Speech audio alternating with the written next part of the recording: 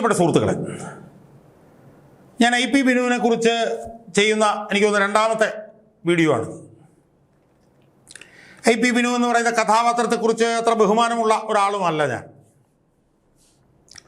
കാരണം തിരുവനന്തപുരം നഗരത്തിലെ CPM നടത്തുന്ന ഗുണ്ടാ പ്രവർത്തനങ്ങളുടെ എല്ലാം നേതൃത്വത്തിൽ വർഷങ്ങളായി ഉണ്ടായിരുന്ന ഒരാളാണ് ഐ പി ബിനു.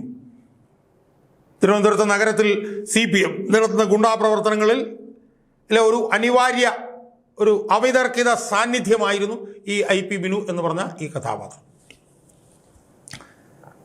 അയാളെ സംബന്ധിച്ചിടത്തോളം പാർട്ടിയാണ് അയാൾക്ക് വലുത്. പാർട്ടി എന്ത് പറഞ്ഞാലും കണ്ണും പൂട്ടി ചെയ്യുക എന്നുള്ളതാണ് പാർട്ടി പ്രവർത്തനം എന്ന് വിശ്വസിക്കുന്ന ഒരു പാർട്ടിക്കാരനാണ് ഐ പി ബിനു. പാർട്ടി തല്ലാൻ പറഞ്ഞാൽ തല്ലണം, പാർട്ടി കൊല്ലാൻ പറഞ്ഞാൽ കൊല്ലണം, പാർട്ടി ശത്രുക്കളെ കൈകാര്യം ചെയ്യണമെന്ന് പറഞ്ഞാൽ കൈകാര്യം ചെയ്യണം, പാർട്ടി ശത്രു ആരാണെന്ന് പറയുന്നു ആ ശത്രുവിനെതിരെ ചീമുട്ട എറിയാൻ പറഞ്ഞാൽ ചീമുട്ട എറിയണം.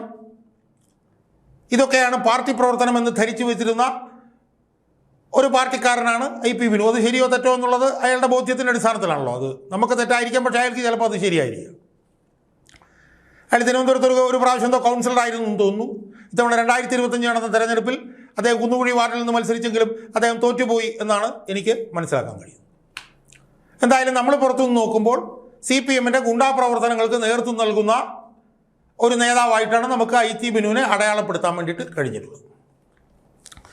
സുഹൃത്തുക്കളെ, ഞാൻ ഇന്ന് ഈ വീഡിയോ ചെയ്യാനുള്ള പ്രധാനപ്പെട്ട കാരണം ഈ ഐ പി ബിനു എനിക്ക് ഒന്ന് 10-50 ദിവസത്തിനടുത്തായിട്ട് ഇപ്പോൾ ജയിലിലാണ്.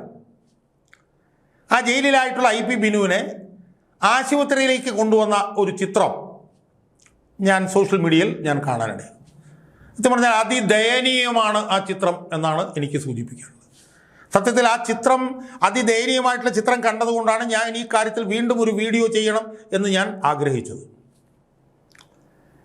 ആ ചിത്രം എന്ന് പറയുന്നത് പോലീസ് വണ്ടിയിൽ ഇരിക്കുന്ന ഐ പി ബിനുവിൻ്റെ ഒരു ചിത്രമാണ്.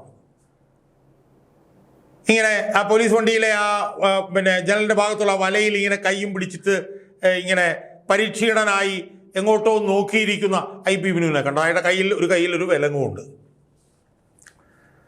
സുഹൃത്തുക്കളെ, ആ നോട്ടത്തിൽ, ആ ദൈന്യതയിൽ എല്ലാം ഉണ്ട് എന്നാണ് എനിക്ക് സൂചിപ്പിക്കാനുള്ളത്. ആ ദൈന്യത എന്ന് പറയുന്നത് എന്നോട് എന്തിനാണ് ഈ ഇത്ര ക്രൂരമായി ഈ പാർട്ടി പെരുമാറുന്നത് എന്നതാണ് ആ ദൈന്യതയുടെ അർത്ഥം. ഞാൻ പാർട്ടിക്ക് വേണ്ടി എൻ്റെ ജീവിതം ഒഴിഞ്ഞു വെച്ചതല്ലേ എന്നുള്ളതാണ് ആ ദൈന്യതയിലൂടെ നമുക്ക് മനസ്സിലാക്കാൻ കഴിയും.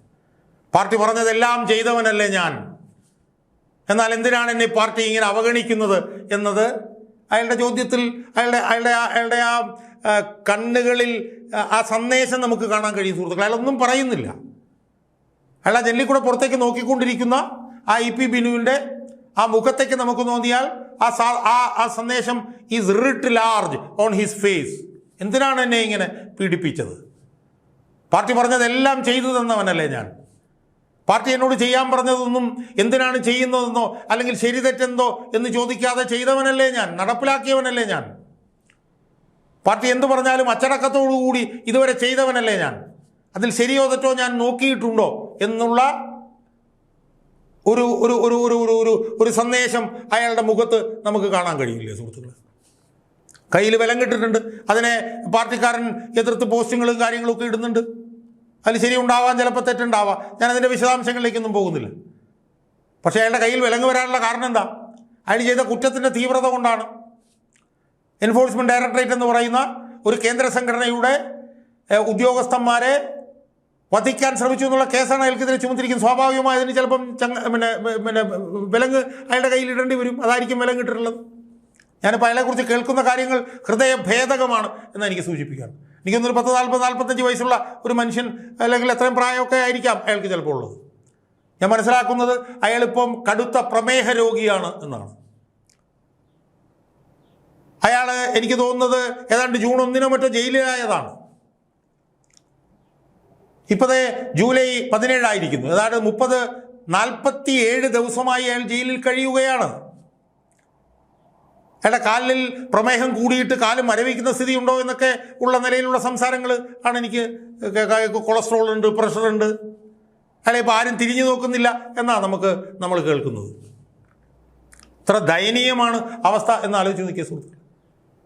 അയാളോട് പാർട്ടി പിന്നെ വിജയൻ്റെ പിന്നെ കൊട്ടാര സദൃശ്യമായ വീടിന് മുന്നിലേക്ക് വരാൻ പറഞ്ഞു. അവിടെ വിജയൻ്റെ മകളുടെ അഴിമതി കേസിൽ ചോദ്യം ചെയ്യാമെന്നവരാണ് എൻഫോഴ്സ്മെന്റ് ഡയറക്ടറേറ്റ്. അവിടെ IP ബിനുവിനോട് വരണമെന്ന് പറയേണ്ട കാര്യമുണ്ടോ ഈ പാർട്ടിക്ക്? ഇല്ലല്ലോ. കാരണം വീണ വിജയൻ പാർട്ടിക്കാരി പോലും അല്ലല്ലോ. എന്നിട്ടും IP വിജയനോട് അവിടെ വരാൻ പറഞ്ഞു. ED ഉദ്യോഗസ്ഥന്മാരെ ആക്രമിക്കാൻ പറഞ്ഞു. ED ഉദ്യോഗസ്ഥന്മാരെ കല്ലും കട്ടയും കൊണ്ട് ആക്രമിക്കാൻ പറഞ്ഞു. ED ഉദ്യോഗസ്ഥന്മാരെ ചീമൂട്ട എറിയാൻ പറഞ്ഞു. IP ബിനു അതിൻ്റെ തെറ്റ് ശരിയൊന്നും നോക്കിയില്ല. IP ബിനുവിനോട് പാർട്ടി എവിടെ ചെല്ലാൻ പറഞ്ഞു, IP ബിനു അവിടെ ചെന്നു. IP ബിനുവിനോട് പാർട്ടി ചീമൂട്ട എറിയാൻ പറഞ്ഞു, IP ബിനു ചീമൂട്ട എറിഞ്ഞു. അത്രേ IP ബിനുവിന് അറിയുള്ളൂ. IP ബിനുവിനോട് അവിടെ ചെല്ലാൻ പറഞ്ഞതും ചീമൂട്ട എറിയാൻ പറഞ്ഞതുമാണ് പാർട്ടി പ്രവർത്തനം എന്നാണ് പാവപ്പെട്ട IP ബിനു എന്ന് പറഞ്ഞ ഈ CPM ഗുണ്ടയ്ക്ക് അത്രേ ബോധ്യമുള്ളൂ. അയാൾ മാർക്സിസം ലെനിനിസം ഒന്നും പഠിച്ച് പ്രത്യശാസ്ത്ര രാഷ്ട്രീയമൊന്നും പഠിച്ച് ഈ പാർട്ടിയിലേക്ക് വന്ന ഒരു പാർട്ടി പ്രവർത്തനമല്ല സുഹൃത്തുക്കളെ. അയാളോട് പാർട്ടി അവിടെ ചെല്ലാൻ പറഞ്ഞു, ചീമൂട്ട എറിയാൻ പറഞ്ഞു, അയാൾ ചീമൂട്ട എറിഞ്ഞു. കല്ലെടുത്തെറിയാൻ പറഞ്ഞു, കല്ലെടുത്തെറിഞ്ഞു. പാർട്ടിയുടെ പിന്നെ ED ഉദ്യോഗസ്ഥന്മാരുടെ വണ്ടിയുടെ ചില്ല് പൊട്ടിക്കാൻ പറഞ്ഞു, ചില്ല് പൊട്ടിച്ചു. അത്രേ അയാൾക്കറിയൂ. അല്ലാതെ അയാളുടെ പാർട്ടിയുടെ പിന്നെ നേതാവിൻ്റെ മകളെ രക്ഷിക്കാൻ വേണ്ടിയാണെന്നൊന്നും അയാൾ ചിന്തിച്ചില്ല. അയാളെ സംബന്ധിച്ചിടത്തോളം അതായിരുന്നു പാർട്ടി പ്രവർത്തനം. അയാൾ ആ പാർട്ടി പ്രവർത്തനം നിർവഹിച്ചു കഴിഞ്ഞപ്പോഴത്തേക്ക് നേതാക്കന്മാരൊക്കെ പൊടിയും തട്ടി അവരുടെ വഴിക്ക് അവർ പോയി. അവർ രമ്യ ഹർമ്മ്യങ്ങളിലേക്ക് അവർ തിരിച്ചുപോയി. അവിടെ ഉണ്ടായിരുന്ന ശിവൻകുട്ടി തൻ്റെ ലക്ഷക്കണക്കിനുള്ള വീട്ടിലേക്ക് പോയി. AC റൂമിൽ അന്തി ഉറങ്ങി. അവിടെ ഉണ്ടായിരുന്ന എന്താണ് കടകംപള്ളി സുരേന്ദ്രൻ അയാളുടെ AC കടിപ്പിച്ച വീട്ടിലേക്ക് പോയി. അവിടെ കിടന്നുറങ്ങി. അവിടെ വന്ന വിജോയും അയാളുടെ വീട്ടിലേക്ക് അയാളും പൊടിയും തട്ടി അയാൾ പോയി. അവിടെ വന്ന ജോൺ ബ്രിട്ടാസ് അയാൾ പിന്നെ വിമാനം മാർഗം അയാൾ ഡൽഹിയിലേക്ക് അയാൾ വിട്ടു. അവിടെ വന്ന MV ഗോവിന്ദൻ അയാളുടെ വീട്ടിൽ പോയി AC മുറിയിൽ കിടന്നുറങ്ങി. അവിടെ ഒരു നേതാവ് പിന്നെ ആ കൊട്ടാര സദൃശ്യമായ വീട്ടിൽ നിന്ന് തൻ്റെ മകളെ ചോദ്യം ചെയ്ത ഈ എൻഫോഴ്സ്മെന്റ് ഡയറക്ടറേറ്റിലുള്ള ദേഷ്യം തീർക്കാൻ വേണ്ടിയിട്ട് പുറത്തു വന്നിട്ട് കൈപൊക്കിയിട്ട് നമുക്ക് ഒരുമിച്ച് സമരം ചെയ്യാം എന്ന് പറഞ്ഞൊരു നേതാവ് പറഞ്ഞു. നമുക്ക് അയാളെ മറക്കാൻ കഴിയുമോ? അയാളുടെ പേരാണ് പിണറായി വിജയൻ എന്ന് പറയുന്ന വിജയൻ. അയാളുടെ മകളെ ചോദ്യം ചെയ്യാൻ വന്ന ED ഉദ്യോഗസ്ഥരെ ആക്രമിക്കാൻ വേണ്ടി വന്ന നിരപരാധികളായിട്ടുള്ള 25 പേരിൽ ഒരാളാണ് IP ബിനു. അയാൾക്കിതൊന്നും അറിയില്ല. അയാളെ അവിടെ വിളിച്ചു വരുത്തി. അയാളോട് ചീമൂട്ട എറിയാൻ പറഞ്ഞു, അയാൾ ചീമൂട്ട എറിഞ്ഞു.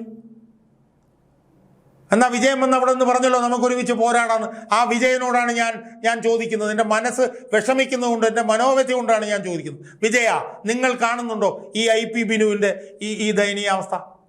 നിങ്ങൾ കാണുന്നുണ്ടോ വിജയ? കാരണം നിങ്ങളുടെ മകൾക്ക് വേണ്ടി അവിടെ വന്ന് ചീമൂട്ട എറിഞ്ഞവനല്ലേ IP ബിനു. നിങ്ങളുടെ മകൾക്ക് വേണ്ടി അവിടെ വന്ന് കല്ലും കട്ടയും എറിഞ്ഞവനല്ലേ IP ബിനു. പാർട്ടി മെമ്പർ പോലും അല്ലാത്ത നിങ്ങളുടെ മകൾ കാണിച്ച അഴിമതി, അതുമായി ബന്ധപ്പെട്ട് ചോദ്യം ചെയ്യാൻ വന്ന ED ഉദ്യോഗസ്ഥന്മാരെ ആക്രമിക്കാൻ നിങ്ങൾ പറഞ്ഞപ്പോൾ വന്ന് ആക്രമിച്ചവനല്ലേ ബിനു. ആ പാവപ്പെട്ടവൻ എന്തറിയാം വിജയ? ഒരുമിച്ച് പോരാടാന്നല്ലേ നിങ്ങൾ പറഞ്ഞത്. നിങ്ങൾ എങ്ങോട്ടാണ് എന്നിട്ട് പോയത്? നിങ്ങൾ IP ബിനുവിനെ കുറിച്ച് പിന്നീട് അന്വേഷിച്ചോ? നിങ്ങൾ IP ബിനുവിനെ കാണാനായിട്ട് ഒരു തവണയെങ്കിലും ജയിലിൽ ചെന്നോ വിജയ? നിങ്ങളുടെ മകളെ രക്ഷിക്കാൻ വേണ്ടി വന്ന് ചീമൂട്ട എറിഞ്ഞ ആ പാവപ്പെട്ട IP ബിനു 47 ദിവസമായി ജയിലിൽ കിടന്ന് ഉഴലുകയല്ലേ വിജയ? ലാങ്കുഷ് ചെയ്യുകയല്ലേ? അയാളിപ്പം പിന്നെ പ്രഷറിനും കൊളസ്ട്രോളിനും രോഗത്തിന് അടിമപ്പെട്ടിരിക്കുകയല്ലേ? അയാൾ ഡയബറ്റിക് ആയിരിക്കുമല്ലേ? അയാൾ ഇൻസുലിൻ ഇഞ്ചക്ഷൻ ഇപ്പോൾ എടുക്കുന്നു എന്നാണ് ഞാൻ അറിയുന്നത്. ഈ ആശുപത്രി ചെന്നിട്ട് അയാൾക്ക് രോഗം കൂടിയിട്ട് അയാളുടെ കാല് മരവിക്കുന്നു എന്നാണ് ഞാൻ അറിയുന്നത്. അയാളുടെ കാലിലേക്കുള്ള രക്തയോട്ടം കുറഞ്ഞിരിക്കുന്നു എന്നാണ് വിജയ ഞാൻ മനസ്സിലാക്കുന്നത്. ഉളുപ്പുണ്ടോ വിജയ നിങ്ങൾക്ക് എന്തെങ്കിലും മനുഷ്യത്വമുണ്ടോ? എന്തെങ്കിലും കാരുണ്യം നിങ്ങളുടെ മനസ്സിലുണ്ടോ വിജയ? നിങ്ങൾ ഒരു തവണയെങ്കിലും ഈ ബിനുവിനെ ജയിലിൽ പോയി കണ്ടിട്ടുണ്ടോ വിജയ? അതുകൊണ്ട് നിങ്ങളിതിനെല്ലാം കണക്ക് തീർത്ത് അനുഭവിക്കാൻ പോവുകയാണ് എന്ന് നിങ്ങൾ ഓർത്തുകൊള്ളൂ. നിരപരാധികളായിട്ടുള്ള പാവപ്പെട്ട 25 പിന്നെ പാർട്ടി അണികളെ, പാർട്ടി മെമ്പർ പോലും അല്ലാത്ത നിങ്ങൾ കാണിച്ച നിങ്ങളുടെ മകളുടെ അഴിമതി മറച്ചു വെക്കാൻ വേണ്ടി നിങ്ങൾ അവിടെ വരുത്തി ഈ ED ഉദ്യോഗസ്ഥന്മാരുടെ മുന്നിലേക്ക് ഇട്ടുകൊടുത്ത് അവരെ കൊണ്ട് ആ വണ്ടികൾ ആക്രമിപ്പിച്ച് അവർക്കെതിരെ വധശ്രമത്തിന് കേസെടുത്ത് അവരിപ്പോൾ ജയിലിൽ എന്ന് പുറത്തു വരുമെന്ന് ആർക്കും അറിയില്ല. ഈ കേസ് അവസാനിക്കുമ്പോഴേ അവർ പുറത്തു വരുമെന്നാണ് പറയുന്നത്. ഈ കേസ് എന്ന് അവസാനിക്കുമെന്ന് ആർക്കറിയാം വിജയ? നിങ്ങളുടെ മകൾക്ക് വേണ്ടി അവർ ചെയ്ത കുറ്റമാണ് വധശ്രമം. അറ്റാക്ക് അഗൻസ്റ്റ് ദ സ്റ്റേറ്റ് എന്നാണ് ജഡ്ജി പറഞ്ഞത്.